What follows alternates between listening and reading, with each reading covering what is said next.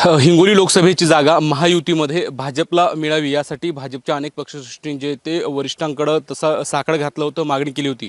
परंतु अखेर हिंगोली लोकसभेमध्ये महायुतीकडून शिवसेनेला जागा मिळाली आहे. हेमंत पाटील यांची उमेदवारी जाहीर केली आहे. त्यानंतर भाजपचे अनेक पदाधिकारी जे ते नाराज झाले आहेत. इच्छुक उमेदवार रामदास पाटील यांची भेट घेण्यासाठी ते आले आहेत. आणि हे भाजपचे पदाधिकारी कुठून आला तुम्ही, काय मत आहे? हातगावरून आलोय. बरं, काय म्हणणं आहे तुमचं? आमचं म्हणणं की आम्ही जवळपास 3 वर्षापासून तयारी चांगल्या प्रकारे चालू होती पार्टीची आणि टायमालाच आम्हाला नाकारलं. आम्ही नाराज आहोत सगळे कार्यकर्ते. आम्ही हातगावून 6 सर्कल प्रमुख, त्याच्यानंतर एक आमचे ओबीसी तालुकाध्यक्ष सुद्धा येत आहेत. हां, तुमचं काय म्हणणं आहे? आम्ही मागील 3 वर्षापासून पक्षाने जे आदेश दिला त्या आदेशानुसार आम्ही पक्षाचे कामं केली आणि आमची एक इच्छा होती की रामदास पाटील सोमटाणकर यांना उमेदवारी जाहीर होईल, पण ते पक्षानं त्यांच्यावरती अन्याय केला. त्यामुळं आमच्या सर्व भाजप पदाधिकाऱ्यांचे मन नाराजले.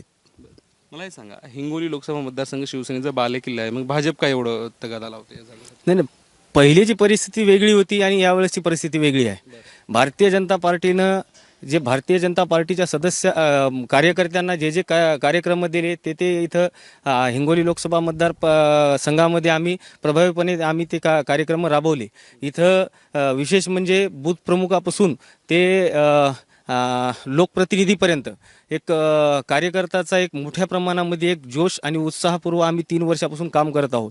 आणि त्याच बेसवर आज भारतीय जनता पार्टीला जर इथं उमेदवारी जर मिळाली असती तर गेल्या वेळेस तर 2-2.5 लाखाच्या फरकानं इथं शिवसेनेची सीट महायुतीच्या माध्यमातून निवडून आली होती. परंतु यावेळेस त्याच्या दुपटीनं ही सीट भारतीय जनता पार्टीची महायुतीची इथं निवडून आली असती.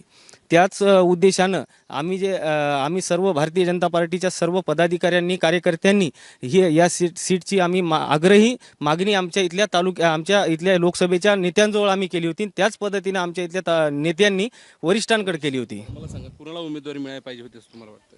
नाही, भारतीय जनता पार्टी कमळाला इथं उमेदवारी भेटायला पाहिजे होती आणि त्यामध्ये सगळ्यात प्रभावी जर म्हणलं तर रामदास पाटील सोमटाणकरला इथं उमेदवारी मिळायला पाहिजे होती. बरं, हेमंत पाटलावर नाराजगी का? नाही, हेमंत पाटलावर नाराजगी म्हणजे 5 वर्षामध्ये हेमंत पाटील कोणत्याही भारतीय जनता पार्टीच्या पदाधिकाऱ्याला कोणालाच विश्वासात घेत नाहीत. 1-1.5 महिन्याच्या प्रचाराच्या टायमाला फक्त हेमंत पाटील भारतीय जनता पार्टीला एक सोबत म्हणून ठेवण्याचं काम करतात आणि त्यांची निवडणूक संपल्याच्या नंतर 5 वर्ष ते भारतीय जनता पार्टीच्या कोणत्याच पदाधिकाऱ्याला विश्वासात घेत नाहीत आणि त्यांचे तर म्हणजे मतदारसंघामध्ये त्यांच्याबद्दल नाराजी आहे. मग आता भूमिका काय असणार आहे पुढे समजा?